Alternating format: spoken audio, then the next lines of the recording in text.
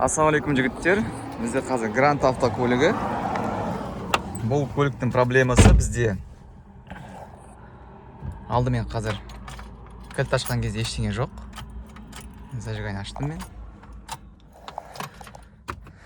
Аварийкада ештеңе жоқ. Көліктің егесі айтуы бойынша бұл көлікте предохранитель жанып кетеді дейді. Силовой предохранитель, яғни қалың үлкен предохранительдер, 60 амперлік предохранительдер жанып кетеді дейді. Салам дейді, салған бойда жанбайды. Именно көлікті оталдырғанда, яғни стартерге бұрған кезде жанып кетеді дейді.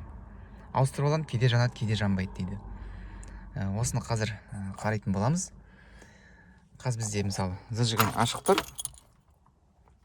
Зажигание ашық, бірақ ештеңе істемейді. Яғни предохранитель жанып кеткен деген сөз. Предохранительге барамыз. Бізде үлкен предохранительдер аккумулятордың жанында орналасқан. Мінекей 60-тық, екі предохранитель жанып кеткен, қараймыз. Бір жағы плюс болады. Мінекей плюс. Ал екінші жағында бізде мінекей минус деп көрсетіп тұр. Предохранитель жанып кеткен деген сөз. Жанбаған предохранительдер екі жағында плюс болады. Плюс мінекей. Енді қазір біз предохранительдің орнына лампочка контрольдік салып көрсек, өйстіп жаңағыдай тегізіп, онда бізге ішке тоқ келеді, бәрі жасап кетеді. Енді біздер жаңағы неге жанып кеткенін анықтау керекпіз. Ең алдымен бұл предохранитель неге жауап беретін біліп аламыз. Бұл жерде бізде генераторға жауап береді, яғни генератордан келетін тоғымыз бірінші осы предохранительге кетеді. Содан кейін осы предохранитель арқылы аккумуляторға заряд беріледі. Енді мен жаңа не істедім? Ең алдымен предохранитель қарағаннан кейін астыңғы бөлікке кіреміз. Астыңғы бөлікке кіргеннен кейін мінекей мына жерден қарасақ, мына жерден мен бірден байқадым. Мына жерде что-то не то. Кім көріп тұр, комментарияға жазып жіберіңіздер. Бізде мінекей мынау үш сымымыз, генератордың зарядканың сымы негізі. Үш провод. Ол бізде генераторға жалғанбаған. Көрдіңіз бе? Генераторға мына қалың провод жалғанған. Қазір оның себебін түсіндіремін. Қараймыз. Бізде көліктегі ең үлкен нагрузка, ең үлкен тоқ алатын нагрузкамыз, элементіміз, ол бізде мына стартер.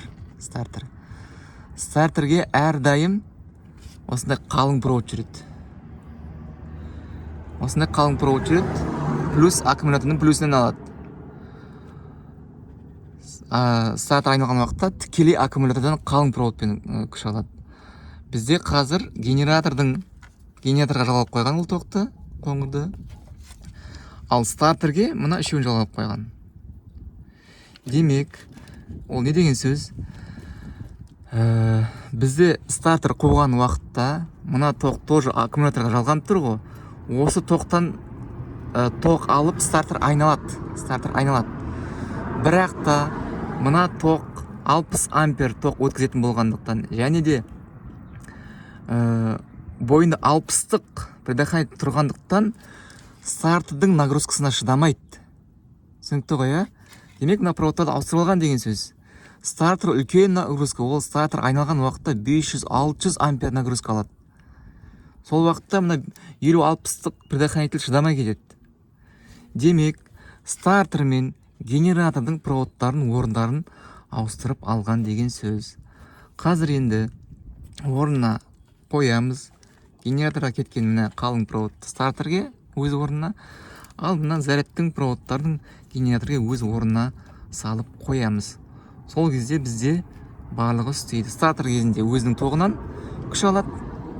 Мейлі ол 500 болсын, 600 ампер, пусковой қанша, сонша ала береді, қанша керегін алады. Сол үшін қалың болады, көрдіңіз бе? Ал генератор өз қалпында жаңағыдай зарядын бере береді. негізі 60 ампер негізі аз, бірақ енді сол заводтан солай 60-тық шыққасын сол 60-тық тұра береді. Екі провод 60-60пен бөлінген ғой негізі. Сол кезде жаңағыдай 120 болады ғой. Үшінші қызылы ол дейтін бізге жаңа ішке кетеді, көліктің ішіне кетеді. Жалпы түсінікті деп ойлаймын. Қазір орнына саламыз, сосын тексереміз. Предохранитель алу керек болады. Мінекей кез келген аккумулятордың мынандай жерін жазуын қарасаңыз, мінекей 12 вольт, 12 вольттық аккумулятор, 62 ампер сағатына деп, 62 аккумулятор деп тұр ғой жаңағы. Және де мына жерде 580 ампер деп тұр. 580 ампер деген пусковой, яғни бар күшін салған кезде 580 ампер тоқ шығарады деген сөз. 12 вольт 580 ампер, ол 580 ампер қайда кетеді? Әрине стартерге кетеді. Ең үлкен нагрузка стартерге кетеді.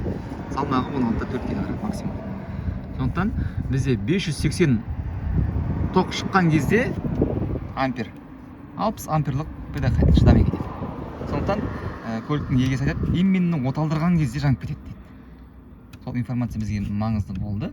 Сондықтан қазір предохранительдерді ауыстырамыз, және де проводтардың орындарын ауыстырамыз. Бұл жер ыңғайсыз, 16 алатын болғасын астынан үстінен де көретін боламыз. Сонымен достар, қазір орындарына жалғап қойдым. Мінекей қазір көріне ме екен генератордың проводы. Мына жерде стартердің проводы көрінбейді шығар, бірақ та стартердің проводы қалың. Мінекей мінемендір. Орында жалғанып тұр. Енді қазір тексереміз. Мінекей сонымен қазір предохранитель салып қойдым. Плюс барлығы орнында тұр. Істеп тұр. Енді көлікті оталдырып тексереміз.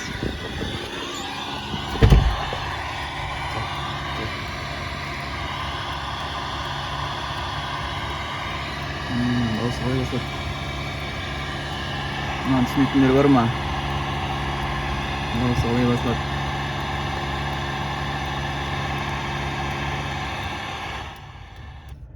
Так, аварийка қосылып тұр, зажигание барлық қосылып тұр. Зажигание қосылып тұр.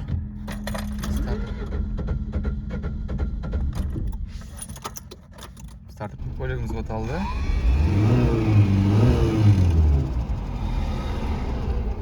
Әрең оталды кішкене. Енді көліктің иесіне айттым, түсіндіріп, осылай стартер мен генератордың тоғын ауыстырып жіберген. Генератор болмаса стартер шештіңіз бе, ондан жөндедіңіз бе десем, жоқ, бәрі бұрыннан солай болды, ол бұрыннан жүрген машина деп маған сенбейді. Мен айттым, енді мен білмеймін, маған дейін не істелген, мен оңдаған жоқпын көлікті. Яғни маған келгенде солай болып тұр, по факту. Мен жөндедім, предохранитель енді сізге күймейді десем, сонда да сенбейді. Жоқ, ол қалай, ол кезінде жүріп тұрған көлік, причинасы басқа болар дейді. Мен айтып тұрмын, мен сізге айттым, көлікті жөндедім, предохранитель енді жанбайды десем, жоқ, сонда да сенбейді енді. Ондай кісілерге не дейсіз енді, білмеймін. Сондықтан енді бір көліктен, бір заводтан алған машина сияқты бір өмір оңдалмаған, қол тимеген, қол ұшы тимеген. Көлік адамды жөндейтін адамдарға қателесуі мүмкін, адам ғой дейтін, қателеседі. Стартер шешкен кезде, генератор шешкен кезде проводтарын ауыстырып алды ма. Сондықтан әрбір жүрген сайын, әрбір оталдырған сайын 500 теңгеден 2 предохранитель сатып аламын дейді. Бір жерге келіп тоқтаймын, стартер кезінде тық етіп жанып кетеді дейді, салып аламын. Кейде өтіп кетеді тоқ, кейде өтпей қалады, кейде жанып кетеді, кейде шыдамай қалады деген сияқты ғой жаңа. Сөйтіп жүргеніне қанша бірнеше айлар болған екен. Бір ай тұрды дейді. Енді мен жөндетпесем сенбейді, жоқ, причинасы басқа шығар, сен айтпай тұрсың деген сияқты. Солай жігіттер, көлік жөнделді. Енді біз көлік жөндеп жүргесін біз бірден көреміз. Стартердің проводын, генератордың проводын біз көріп біліп жүргеннен кейін бізге ол бірден көзге көрінеді, ал білмейтін адамға ол дейтін енді, конечно, жұмбақ. Сондықтан көлік жөндеген кезде сақ болыңыздар. Егер білмесеңіздер, камераға түсіріп алыңыздар, болмаса білетін адамдарға жүгініңіздер. Каналға тіркеліп, лайк басып, комментарий жазып кетіңіздер. Сіздермен бірге автоэлектрик Ринат.